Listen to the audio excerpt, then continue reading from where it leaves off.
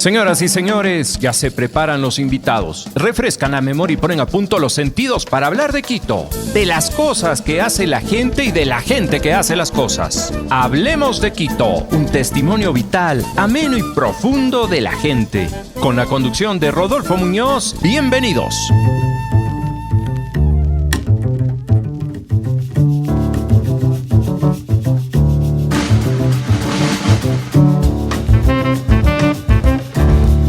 Saludos cordiales, amigas y amigos. Si nos topan a una, respondemos todas. Ese fue el grito poderoso que se escuchó en Quito en la reciente marcha por el Día de la Mujer. Esa predisposición manifiesta traduce una toma de conciencia de las mujeres en contra de las diversas formas de violencia. A esas luchas les acompañan leyes y reformas que se discuten en el ámbito legislativo, en contra del femicidio, el acoso en las redes sociales y la llamada violencia vicaria. ¿Quién mejor para ilustrarnos sobre este tema? Saludamos con la legisladora Gisela Garzón, miembro del Grupo Parlamentario por el Derecho de las Mujeres, de profesión comunicadora social. Bienvenida, asambleísta. Vimos que estuvo en la marcha del 8 de marzo. Comparándola con la marcha del año anterior, ¿qué tal estuvo esta? Gracias y un gusto compartir este espacio y que además sea quien me entreviste, a quien le he visto por años haciendo el periodismo y siendo un referente también para quienes ejercemos esta profesión. Como cada año, el 8 de marzo, con al menos 3 consignas muy claras.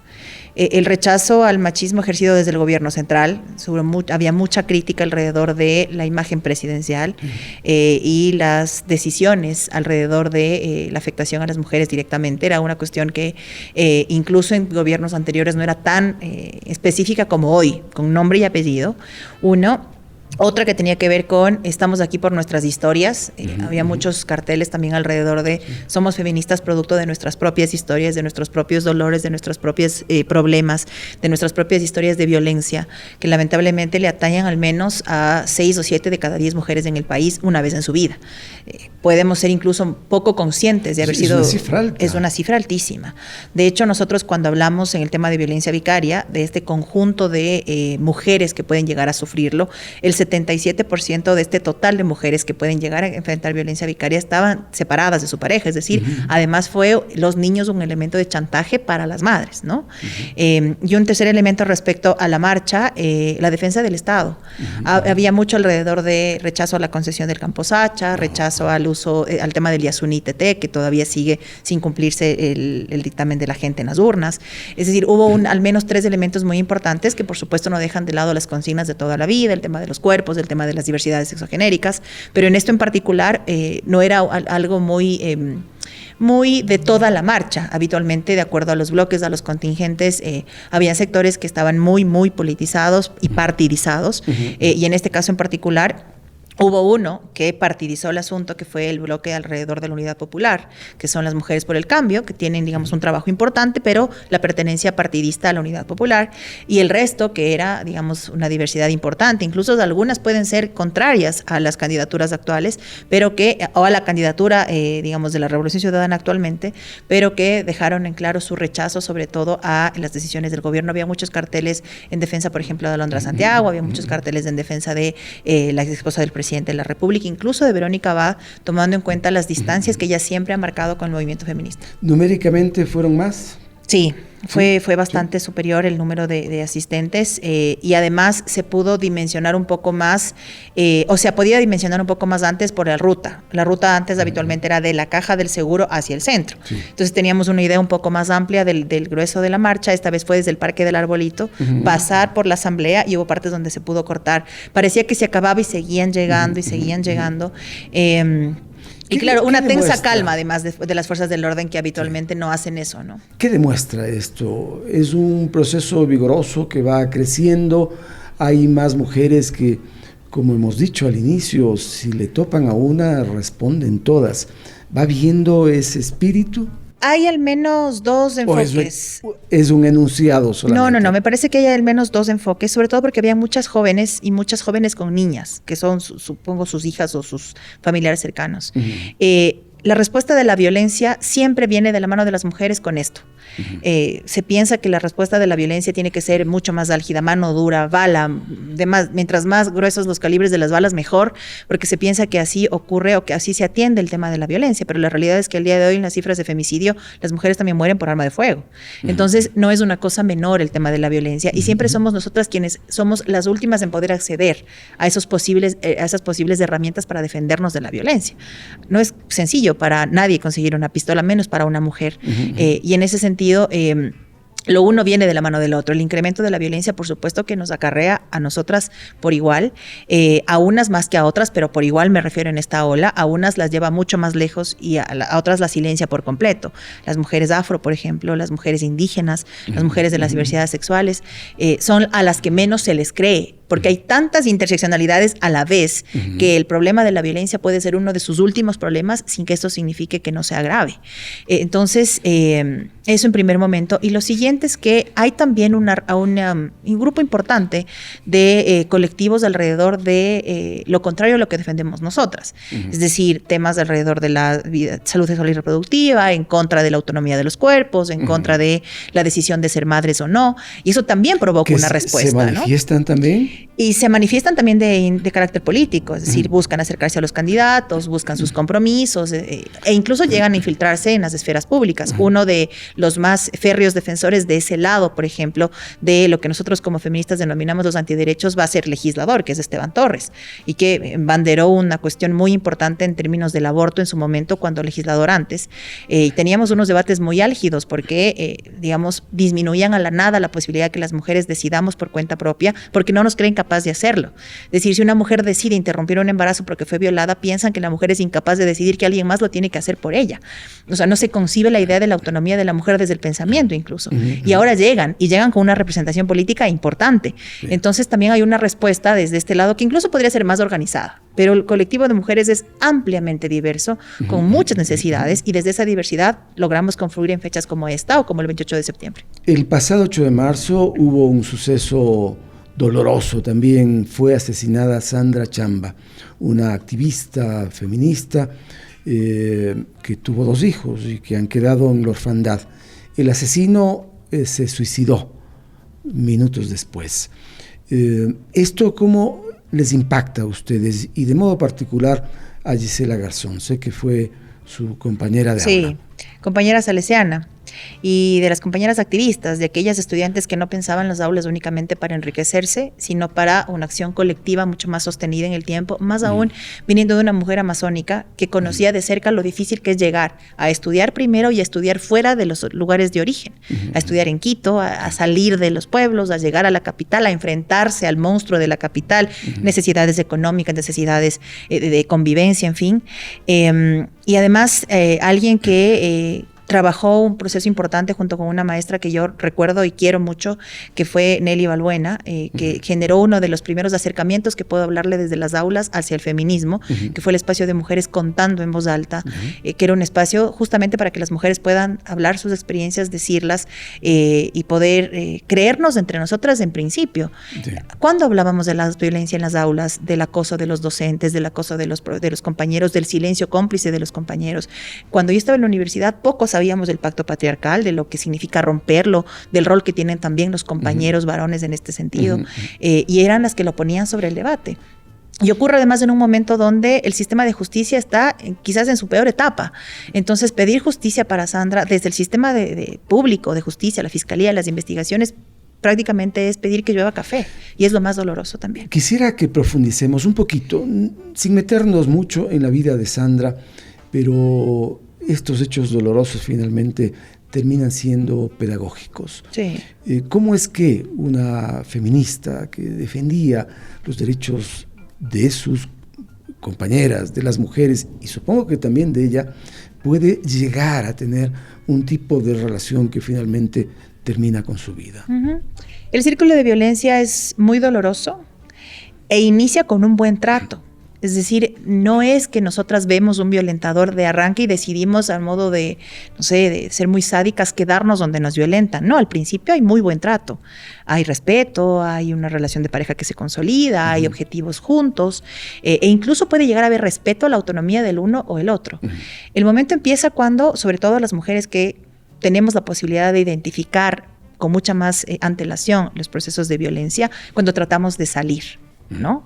Que es, digamos, de los casos que habitualmente terminan con la muerte de. Cuando tratamos de salir, cuando tratamos de utilizar las herramientas que nos brinda el sistema, alejamiento, boletas de auxilio, y la respuesta a aquello es sumamente violenta. El hecho de ser feministas no nos garantiza no sufrir violencia.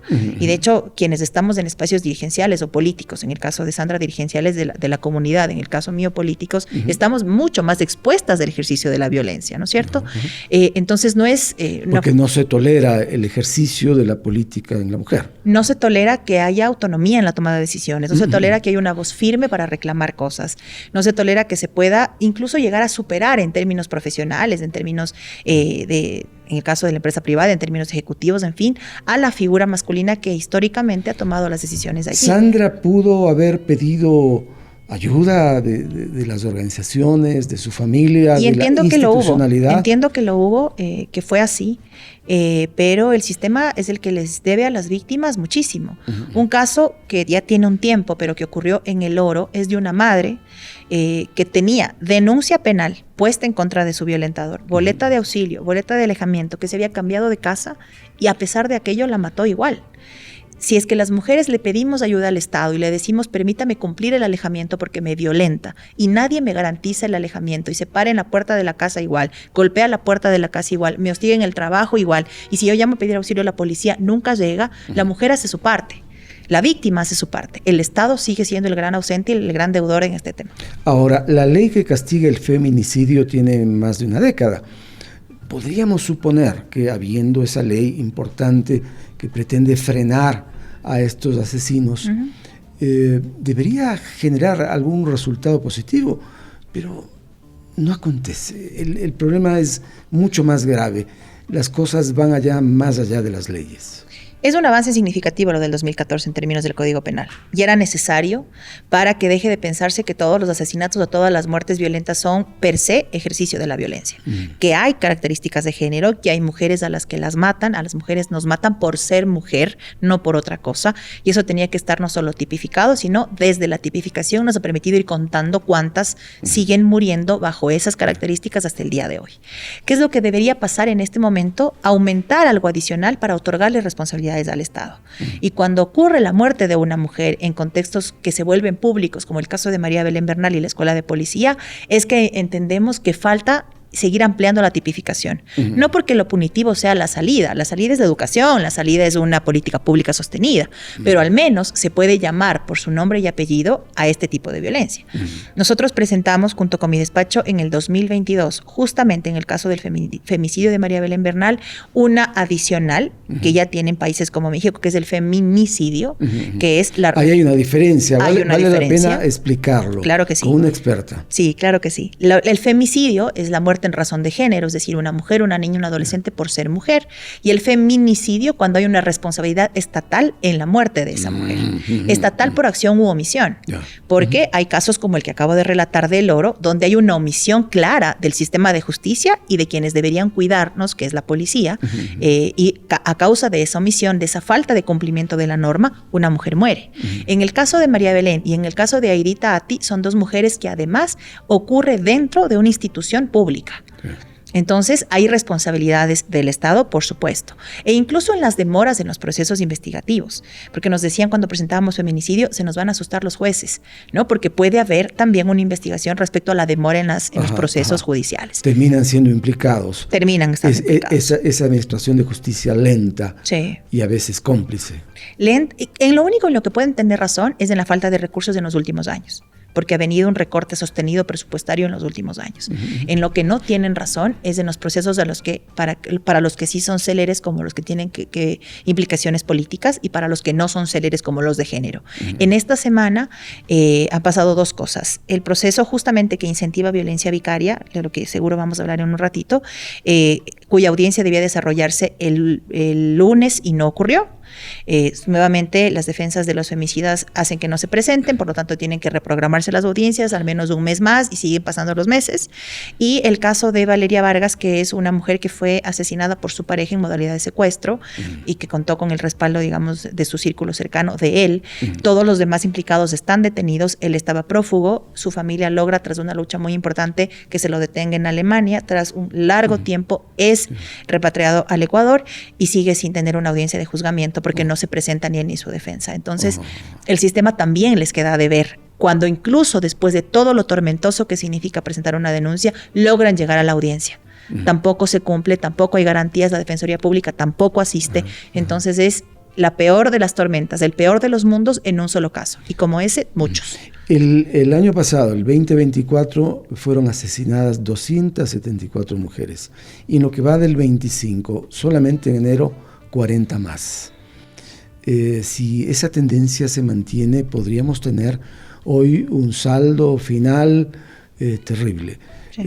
¿No sienten frustración a aquellos que legislan y aquellas que legislan en favor de la no violencia en contra de la mujer? Totalmente. Frustración y mucha rabia. Porque además la respuesta de los funcionarios es: hacemos lo que podemos. Cuando yo le he preguntado a la ministra de la Mujer cómo activan los mecanismos y los protocolos, la ministra me dice: llegamos a dar contención a la familia cuando encontramos los cuerpos. Esas son las respuestas oficiales. Activamos el protocolo de acompañamiento a las familias de las víctimas. Lo ideal sería no activar el protocolo para acompañar a las víctimas, a las familias de las víctimas, sino evitar que esas mujeres se conviertan en víctimas. Y lo último, justamente el 8 de marzo de este año, la ministra de la Mujer dice dos cosas dolorosas, indolentes y falsas. La primera, que las cifras que se presentan no son reales, cuando ni siquiera ellos han sido capaces de sincerar las cifras al día de hoy. ¿Y estas cifras de dónde salen? De Fundación Aldea, que es sociedad civil. Sí. Sociedad civil es la más cercana y la que mejor información nos facilita, tanto en nuestro espacio como en los amazónicos. ¿Son cifras corroborables? Sí, por supuesto, porque son acompañadas por las defensas judiciales gratuitas que da sociedad civil a las compañeras. Claro, son corroborables. Y esto, por ejemplo, una fuente importante, supongo, será la policía. ¿Tiene la policía ese registro? La Fiscalía y la Judicatura. Son las fuentes. Es corroborable, por supuesto que sí. Es lo primero que decía la ministra. Y lo segundo que decía la ministra es que gracias al presidente Noboa se reduce la violencia de género. No hay forma de reducir la violencia de género si estamos viviendo los meses más violentos de la historia de nuestro país. No hay manera. El tema es que se exacerba y se hace mucho más grande cuando se denuncia un robo, una extorsión, un secuestro, porque es una cuestión, digamos, que tiene otras características, pero la violencia de género sigue ocurriendo. Si la violencia ocurre en la calle, ocurre en la casa. No hay forma de dividir los dos. No hay forma de que disminuya la una y aumente la otra y viceversa. No hay manera. Si estamos en el tiempo más violento de nuestra historia, hay más violencia en contra de las mujeres y hay más violencia en contra de las niñas. Ver cuerpos de chiquitas botados en las veredas por víctimas de una bala, producto de una balacera, también tiene que ver con las responsabilidades y con el incremento de la violencia y con lo que no están haciendo. Entonces, usando el 8 de marzo para mentirle a las mujeres que estamos viviendo todos los días este tipo de cosas, que recibimos todos los días. Mi equipo no me dejará mentir.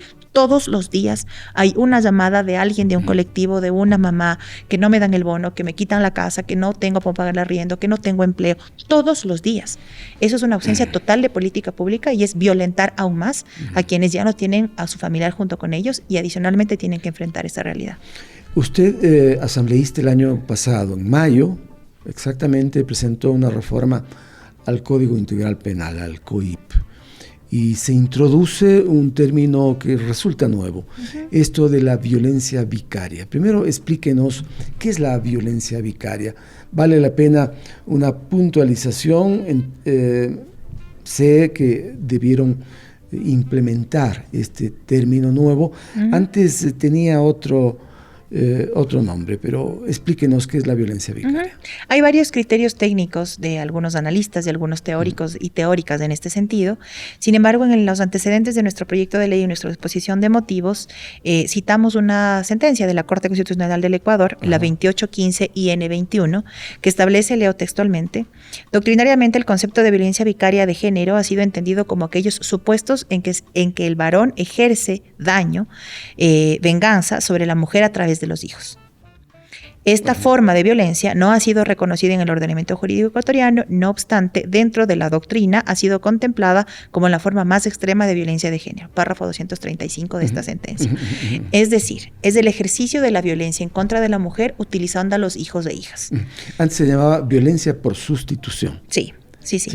Se tipifica vicaria en México hace un tiempo apenas y se van haciendo conforme casos emblemáticos. Si bien ahora conocemos mucho más del tema de vicaria porque hay una mujer que tiene relación con la esfera política, me refiero a la ex esposa del presidente de la República, este tema cuando lo presentamos en mayo del año pasado tenía relación con un caso que ocurrió en Carchi, con 2 hermanas. Vivían con su madre y la pareja de su madre. Fueron asesinadas. Fueron asesinadas las niñas y la madre. Es decir, las 3.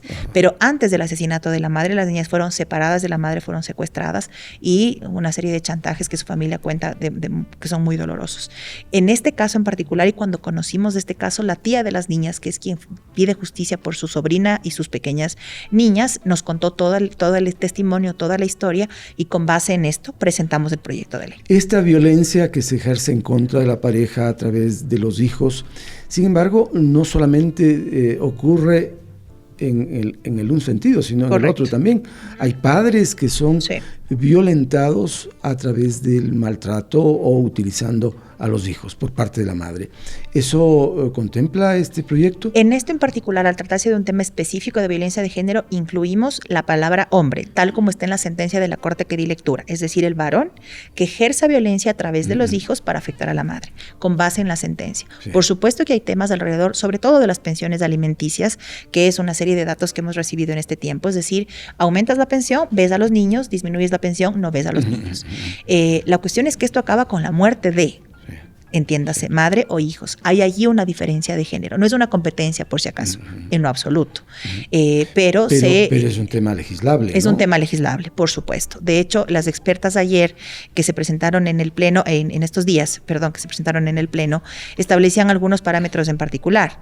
Aquellos casos que sí llegan a subsanarse a través de la justicia, como el tema de las pensiones alimenticias y los horarios de visitas, y aquellos que ni siquiera llegan al sistema de justicia porque pasan por este tipo de silencios o sectores.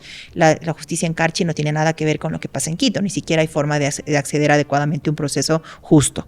Y lo otro es que incluimos en esta reforma también la afectación al círculo cercano de la madre o al círculo cercano de la víctima. Es decir, el hostigamiento judicial a través de hermanos, padres, la nueva pareja, que también está ocurriendo lamentablemente en este momento. No solo por el caso de Gabriela Goldbaum, sino porque la cercanía que tenemos con las madres de víctimas de femicidio da cuenta que muchas de ellas están denunciadas por los femicidas. Ahora, estos casos son numerosos. Ustedes tienen un registro alto, supongo. Sobre el hostigamiento a las madres, sí. Sin embargo, sobre la vicaria en particular, al no estar tipificado, no contamos con una data oficial, por eso la importancia de tipificarlo. Ahora, de acuerdo a lo que hace Sociedad Civil y el acompañamiento, nos hablan de al menos 20 casos, por lo que puede haber un subregistro importante, un subregistro muy importante en este sentido. Y lo que nos hablaban las expertas es más aún cuando están muriendo niños en contextos de violencia. Es decir, no pueden ser entendidos como víctimas colaterales, sino tiene que dársele también otro criterio. Veámoslo de modo práctico, ¿cómo esta reforma legal podría proteger a los niños? Porque finalmente, aparte de la madre, que obviamente hay que protegerla, son los niños los más débiles en este proceso. Sí, y hacia allá voy con 2 ejemplos. El primero es, y vuelvo sobre Valeria Vargas porque es un caso cercano y reciente, su mamá, que ahora es la mamá del hijo de Valeria, su abuela, la madre, enfrenta una serie de procesos judiciales por injurias y calumnias de parte de la familia del femicida. Es decir, ella, además de lo doloroso que fue perder a su hija y tener todas las complicaciones para criar a su nieto, además tiene que responder a la justicia porque se volvió una estrategia judicial, de un lado. Y del otro lado incluso económico y de forma de vida, está el caso de Gabriela. Gabriela, a la final, fue ex esposa del presidente y tiene una niña, hija del presidente. Sin embargo, la niña no tiene seguridad, es expuesta todos los días y su familia expuesta al sistema de justicia todos los días. Son dos caras de la moneda en términos o situaciones económicas, pero con la problemática similar. Los niños expuestos a las reacciones violentas de la sociedad, del entorno y de las familias de los violentadores. En el caso que usted menciona, se trata de una señora que está reclamando por lo que ocurre con su vida y con su historia, pero además ella tiene una condición, si se quiere, de privilegio, en tanto cuenta con recursos como para defenderse, pero hay mujeres que no tienen para comer porque están siendo violentadas. Y además hay mujeres, en el caso de las abuelas, es decir, de las madres de víctimas de femicidio, que ya son señoras grandes, es decir, abuelas, 50, 60 años, que se hacen cargo de niños pequeños, y para poder tener la patria potestad, ellas, se les exige una serie de cosas que lamentablemente por su estatus no pueden cubrir. Por ejemplo, una casa propia para que los niños tengan un espacio adecuado. Es correcto, sí. Claro que los niños merecen vivir en espacios dignos, pero son abuelas que acaban de perder a sus hijas, que eran las directas responsables de los niños. Sí. No les puedes exigir lo mismo porque no están en igualdad de condiciones. Son mujeres que es muy poco probable que entren a trabajar en el sistema laboral de forma adecuada, que no son sujetas de crédito porque ya no tienen una expectativa de vida muy alta para el sistema crediticio. Es decir, tienen el peor de los mundos y reciben un bono de $110, que muchas veces les es negado porque los problemas y sus propias deudas que vienen acarreando con tiempo acaban en procesos de coactiva, les niegan las cuentas en la banca pública y tampoco cobran el bono de $110 con lo que no come un niño que está en crecimiento. Gisela, estos son temas que aborda la institucionalidad, debaten en el ámbito de los ministerios, donde estas cosas deben tratarse, ¿o qué ocurre? Porque realmente no sé cómo tienen un corazón tan duro tratándose de historias que son terribles, que desgarran el corazón. Yo lo dudo. Y lo dudo porque tuviéramos una política pública que al menos resulte medianamente. Es decir, una política pública que al menos al mediano plazo nos diga, sí, menos niños huérfanos, sí, menos madres autónomas, sí, menos embarazos adolescentes. No, yo me atrevo a pensar que no. Y no por una decisión política también. Porque hay una postura política clara respecto a que mientras más pobres, los pobres mejor, porque es una forma también del ejercicio político mismo y del ejercicio de gobierno, 1. Y 2, no hay una relación directa con la sociedad civil, que es la que está en este momento haciendo las veces del Estado en los esfuerzos que puede en función de las víctimas que recibe. La sociedad civil es la mejor aliada para aplicar una política pública real. Y sin embargo, la sociedad civil es la más golpeada en todo este tiempo. Por ejemplo, las casas de acogida que reciben víctimas habitualmente están manejadas por sociedad civil, fundaciones, agrupaciones y demás. Hay meses que casas de acogida no reciben recursos. ¿Cómo sustentan a las víctimas sin dinero? Si el Estado no está y el compromiso que asume el Estado tampoco se cumple, nuevamente es el peor de los mundos para las víctimas de violencia de género. Seguimos con Gisela Garzón, la asambleísta de Pichincha, que por cierto no va a un nuevo periodo, ¿no? No, en esta ocasión no. ¿Tuvo 2 periodos consecutivos? ¿Qué ocurrió? No, el periodo, yo me principalizo previo a la muerte cruzada por 10 meses, luego asumo como principal la candidatura hasta culminar el periodo, pues ahora las decisiones internas, que por supuesto las respetamos, han tomado otro tipo de compañeros a los que no solo les deseamos que les vaya bien, sino les vamos a comprometer a que todo lo pendiente se haga, porque ahora que las condiciones de la asamblea van a ser distintas en número, hay cosas que tienen que salir pronto, así es que estaremos donde nos corresponda militar, y algo que sí me ha quedado muy claro en este tiempo es ser más, servir mejor, y me parece que vamos dando pasos importantes, aunque muy poco visibilizados en términos macro, pero importantes porque a alguien le están cambiando la vida. Una cosa que a mí me deja una duda enorme son las prioridades que puede tener el Poder Legislativo. La ley que reforma el Código Integral Penal con la violencia vicaria ha transcurrido un año. Sí. El tiempo se les termina en pocos días más y no van a terminar de aprobarlo. ¿Qué suerte correrá ese proyecto de ley? Y es también la importancia, de ahí también se ve la importancia de que mujeres lleguen a la toma de decisiones y al ejercicio del poder. Llegar y no ejercer poder es habitualmente lo que nos ocurre, no poder tomar decisiones por nuestra cuenta. Y hay temas de género que una vez que se cambia la presidencia de la Asamblea con la salida de Henry Kronfle, han ido avanzando en materia de género. Y eso es importante decirlo. Ahora, ¿por qué la demora del COIP? No es ni siquiera un tema de la Comisión de Justicia, ni es por defender a mi bancada, sino por un tema de procedimiento. Cuando se declara el conflicto armado interno en nuestro país, a inicios del año pasado, todos los frentes del Estado se pusieron al servicio del presidente y le dijeron lo que necesite. La Asamblea le dijo, vamos a agilitar los temas del Código Penal de la forma más eficiente posible para que podamos aprobarlo en cuestión de un mes. Y así fue. El proceso de COIP se llevó lo más rápido posible en cuestión de un mes y hacia febrero teníamos el primer debate. Pero resulta que en esas reformas incluye un tema de la revisión, de los recursos de revisión a los procesos judiciales, y se asustan, ¿no? Porque se pensaba que el correísmo vuelve. Eso nos decían. Y lo que hicieron fue no volver a topar el tema de COIP nunca más. La ley orgánica de la función legislativa establece que cuando una ley no tiene un criterio ni a favor ni en contra y se queda congelado y habiendo sido tratado y sometido a una votación, no puede volverse a topar en la comisión hasta 90 días después. Es decir, febrero, marzo, abril y mayo nuevamente para volver a tratar COIP. Cuando nosotros presentamos esto, hasta que se califique en el CAL y se determine la comisión, un mes y medio más o menos. Y una vez que ocurrió este tiempo, yo ya expuse ante la comisión en primera instancia el tema de violencia vicaria.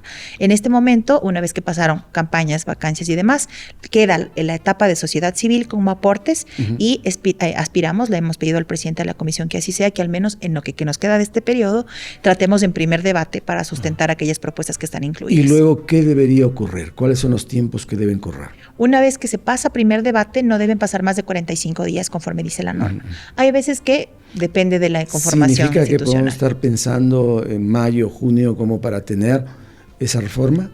Sería lo ideal. Si es que no se entorpecen los procesos. Sería lo ideal. Si es que no se entorpecen los procesos, si es que no hay una asamblea mucho más álgida de la que es ahora, y si es que hay una comisión de justicia adecuadamente presidida, porque lamentablemente han llegado a la comisión de justicia desde presidentes muy buenos, como ocurrió en el tiempo de Mauro Andino, que fue Mauro Andino padre, que fue presidente de la Comisión de Justicia en 2014, etapas como Marcela Guiñaga, que también tuvo unas reformas importantes en ese sentido, y otras lamentables, como las del anterior periodo de el señor Alejandro Jaramillo, que hizo de la Comisión de Justicia lo que quiso menos lo que debía.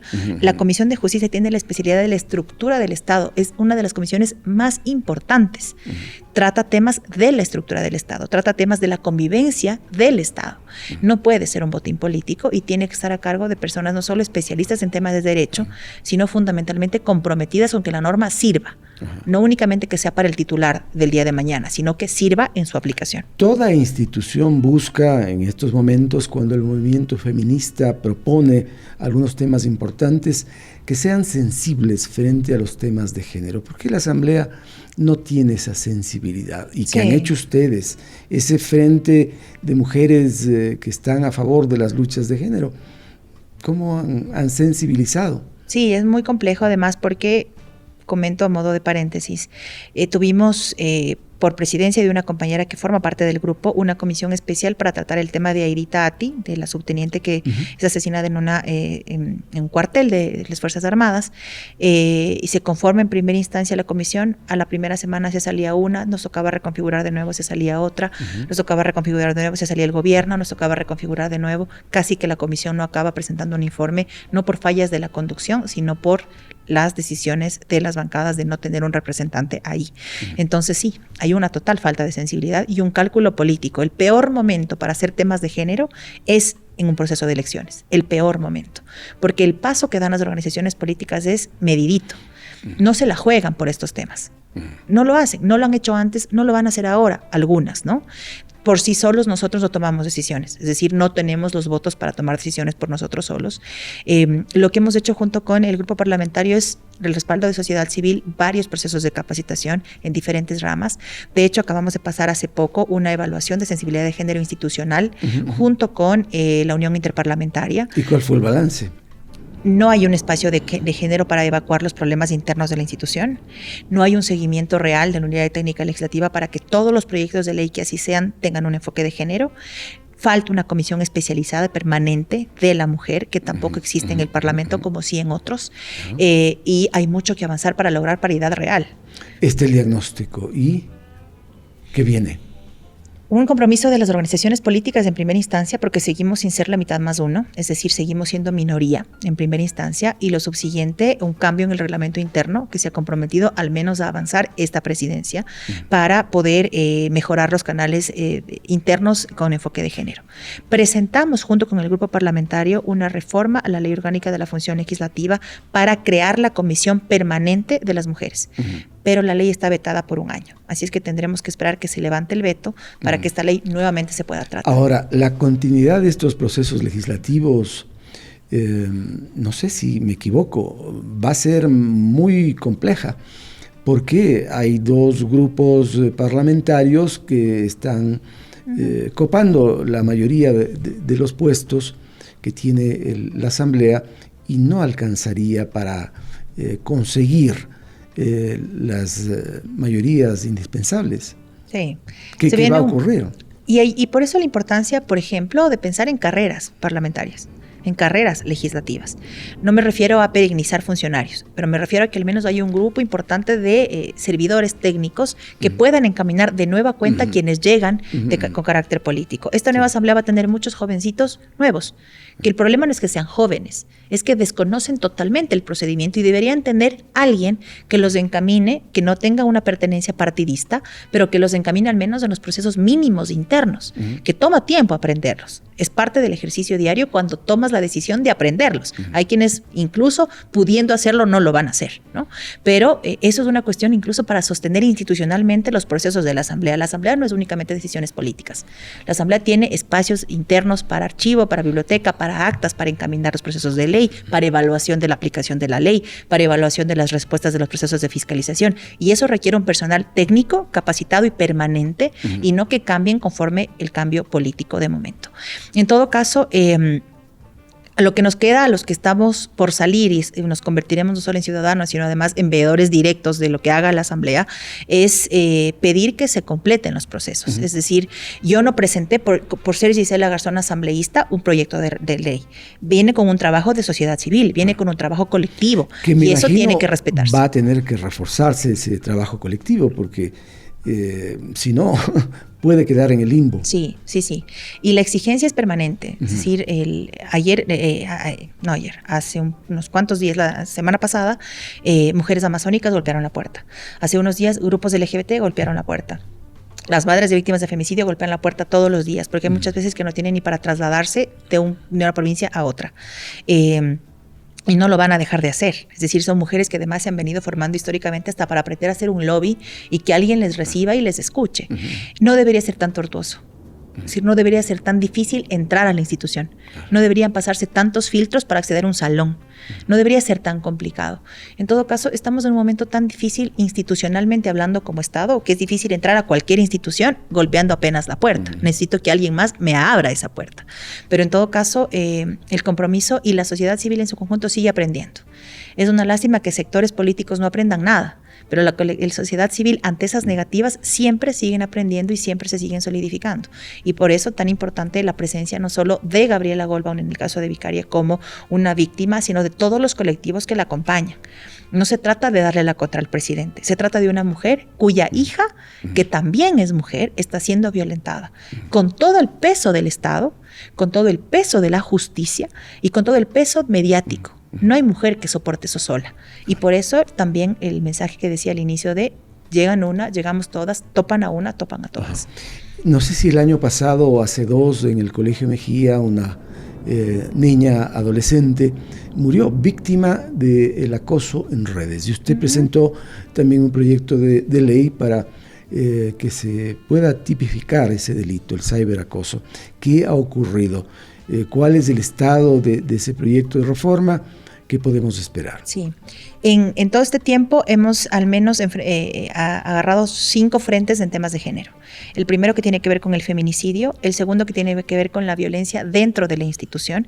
Ha habido casos de legisladores denunciados por violencia de género, pero la ley orgánica de la función legislativa no sanciona violencia de género, sanciona faltas administrativas, ausencia sin justificar, pero violencia de género no. El tema de niños, niñas y adolescentes y derechos sexuales y reproductivos.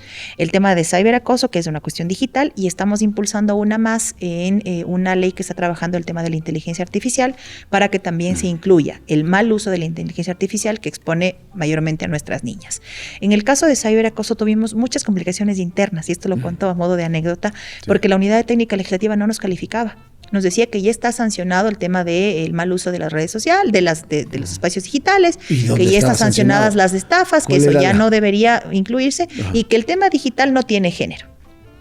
Nos decía en su momento la unidad de técnica legislativa. Y tuvimos que rever un poco y repensar el tema de ciberacoso, pero lo presentamos en el sentido que se vuelve justamente un tema que puede acabar con la vida de las personas. Hay un caso, ahí está el caso del colegio, del Colegio Mejía. Y hay casos donde las redes sociales también son el vehículo para aquello. Casos donde las mujeres son hostigadas, sus fotografías alteradas, insultadas, sus honras. Incluso hay momentos donde se busca cuál es el núcleo familiar de esta mujer y se ataca padre, madre, hermanos, cercanos y demás. Entonces, lo que buscamos con esto primero es que se ponga sobre el debate, porque ¿cómo me vas a meter preso por buscar algo en mi celular? No, pero estás buscando algo que puede configurarse en el cometimiento de un delito.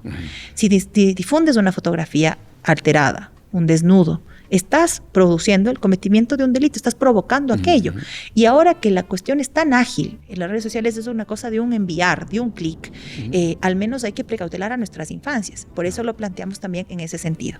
Ciberacoso como esto, como el hostigamiento permanente que puede sufrir una mujer a través de vías digitales, y el tema de la inteligencia artificial con imágenes alteradas que exponen a nuestros niños. Y que hay un caso también que se produjo, ¿no? Precisamente con una legisladora, a quien la mostraron desnuda utilizando inteligencia artificial, denigrando su cuerpo. Sí. Sin embargo, esa denuncia ha sido archivada, lo cual realmente da cuenta de las condiciones terribles que tiene la administración de la justicia. Solo en el 2021 hubo 2.500 denuncias por delitos informáticos. UNICEF dice que el 24% de adolescentes son víctimas de este tipo de acosos. ¿Qué hacen los demás frentes parlamentarios frente a estas condiciones que son específicas, reales? En algún momento en esta legislatura, la bancada de gobierno pretendió hacernos aprobar una cuestión de ciberseguridad que tenía directa relación con el conflicto entre Rusia y Ucrania.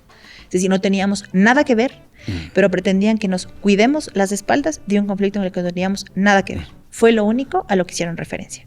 Nada más.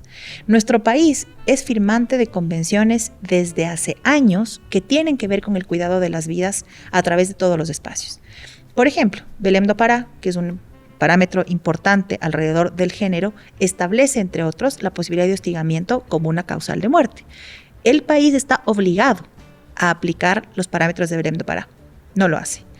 Hay otro caso, Paola Guzmán Albarracín versus Ecuador. Es un caso histórico. Sí. Es el primer fallo que se logra en la historia de nuestro país en contra del Estado ante la muerte de una mujer, de una estudiante de colegio. Una serie de requerimientos para que esto deje de pasar desde las aulas tampoco se acoge. Por eso la importancia de que la voluntad política venga de la mano con una postura ideológica clara. Es una decisión político-ideológica abandonar a las mujeres a su suerte. Es una decisión político-ideológica abandonar a los niños y niñas a su suerte. Y tiene que haber una posición político-ideológica de hacer lo contrario. Piensan que el Estado es llegar y yo me vuelvo el Estado. No, el Estado es nuestro país, el Estado son las instituciones, los demás estamos de paso. Y eso debería entenderse también. En todo caso, cuando llegamos a tener estos debates, los reducen a eso, a todos nos matan igual, a mí también me robaron el teléfono, a mí también me hackearon la cuenta del banco, pero hay vidas que se pierden por un hostigamiento por género, y eso es lo que tiene que ponerse sobre el debate y hablarse con claridad. Estos son de los temas que deberían convocar la unidad de rojos, amarillos, verdes Correcto. Y azules, porque son temas que finalmente involucran a toda la colectividad y allí es importante la postura que pueden tener las organizaciones colectivas. Sin duda se va a requerir de más 8 de marzo para que en las calles o en otros espacios puedan manifestar lo que están pensando sobre un tema realmente terrible. La Escuela de la Función Judicial no debería implementar procesos de sensibilización a sus miembros.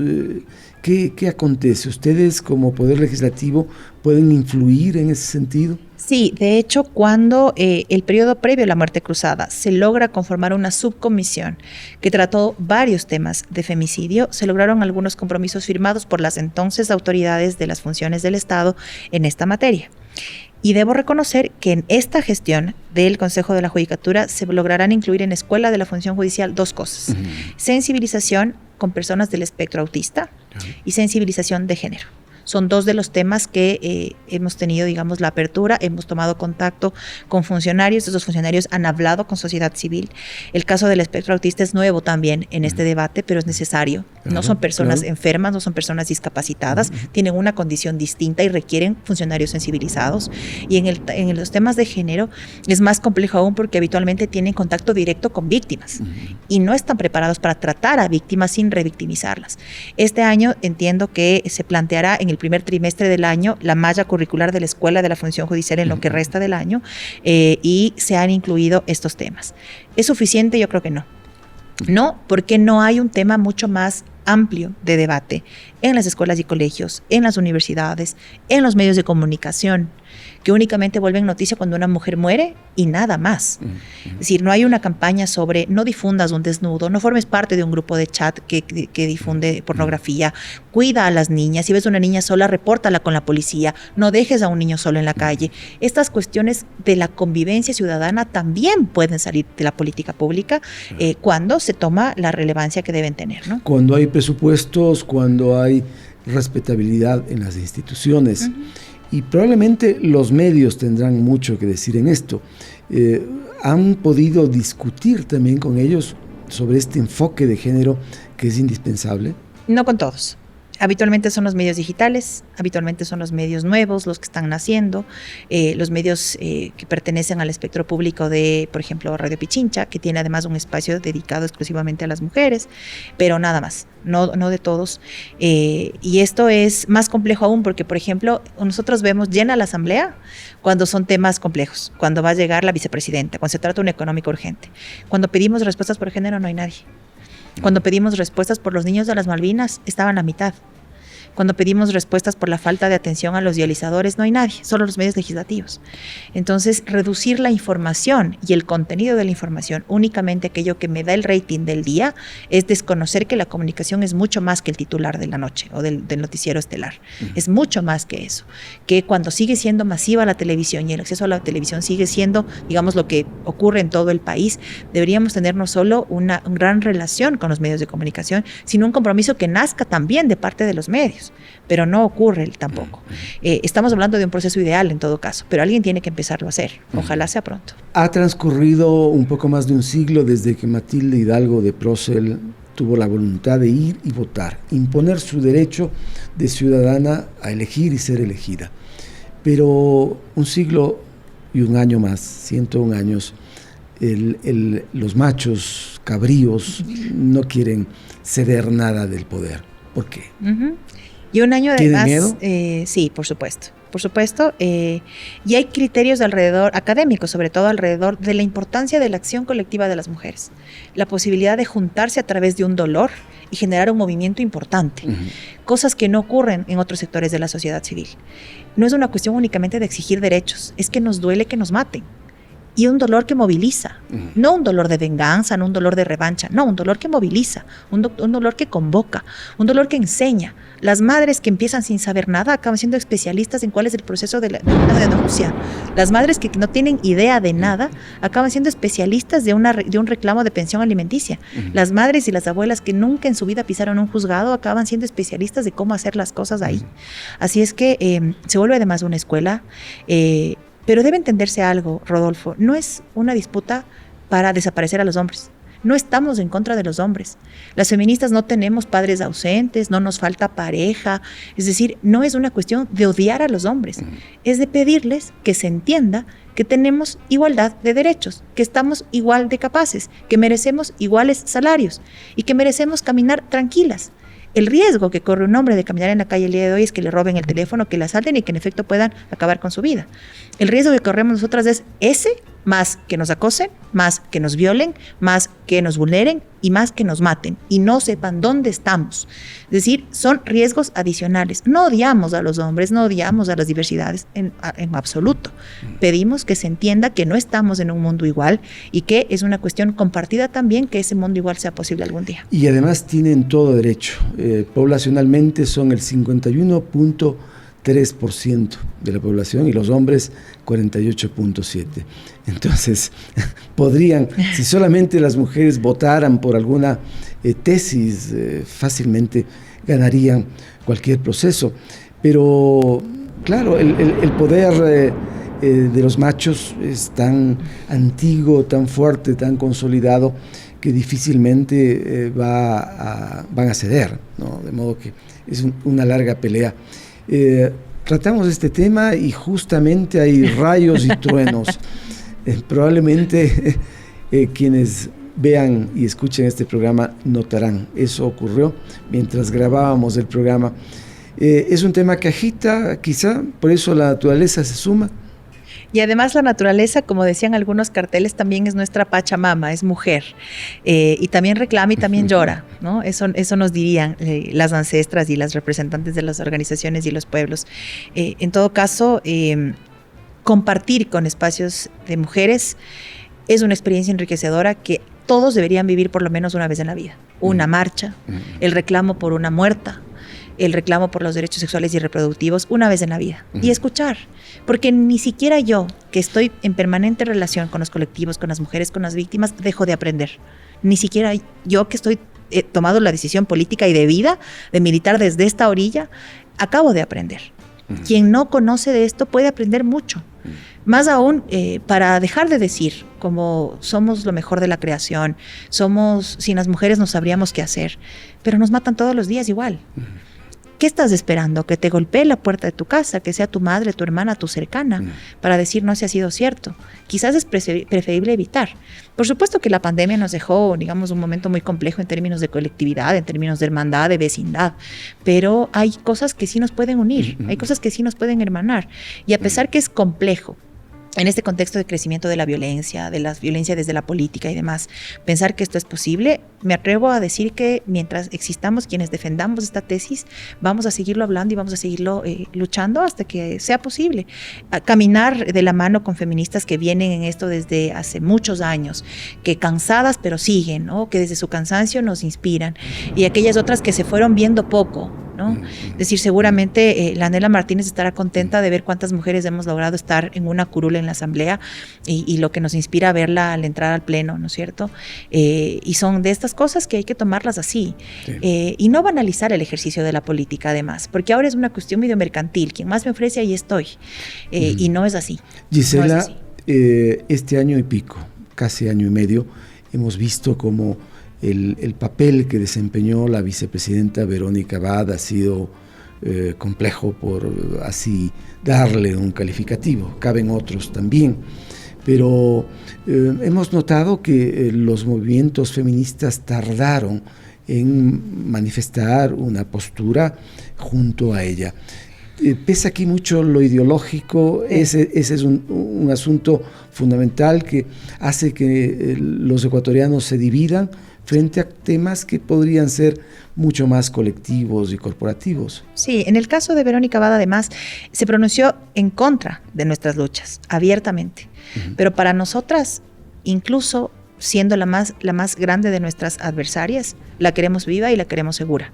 No hay a dónde perderse con eso. Puede ser contraria a nosotras. Si la llegan a violentar, y evidenciamos que la llegan a violentar y somos no solo, digamos, parte de lo que está pasando, sino de alguna forma víctimas colaterales de esa violencia, la vamos a defender. Yo estoy de la orilla contraria en ideología y en política con Verónica Abad. Digamos, ella defiende cosas del mercado que yo no estoy de acuerdo, defiende temas de derechos laborales para vulnerarlos que yo no estoy de acuerdo, pero para que ella llegue a estar ahí, hubo muchas mujeres caminando por la paridad. Hubo muchas mujeres exigiendo la ley de cuotas. Hubo muchas mujeres pidiendo la alternancia. Para que yo esté donde estoy y haya podido encabezar la lista, tuvo que haber alguien que meta por exigencia en el Código de la Democracia que tiene que haber equidad en las listas de candidaturas. Así es que es una cuestión que, por supuesto, debía haberse subsanado con política. Las diferencias políticas se subsanan en ese campo. Y el momento en el que no lo hicieron y empiezan a atacar a su entorno cercano y a ella directamente, no solo que es una víctima, sino que además es un golpe directo a lo que las mujeres por años hemos pedido en términos de la paridad y la alternancia. Muy bien, muchas gracias, Gisela. Solo una palabra final. ¿Qué sabor le deja la Asamblea? Enseñanza en todo el tiempo que he podido servir en diferentes espacios de la Asamblea y sin sabor, porque hay quienes toman esto como un momento pasajero, como la forma de llegar al sueldo de fin de mes, no como un servicio real. Si hubiera muchos más, como varios que existen, que sirvan realmente desde el Poder Legislativo, quizás la cosa sería distinta. En todo caso, hemos cumplido con lo que el país requiere en términos de sus urgencias, pero siempre vamos a quedar debiendo cuando hay alguien que se nos va. Muy bien, muchas gracias. Y gracias también a ustedes por acompañarnos. La siguiente semana también abordaremos otro tema de género, porque marzo lo dedicamos siempre para abordar esa temática compleja que merita la mayor seriedad posible. No se olviden de seguirnos en nuestras redes sociales y de escuchar también el estreno en Radio La Red 102.1 FM cada domingo a las 10. Hasta pronto, que pasen bien, escríbanos y dejen también sus comentarios.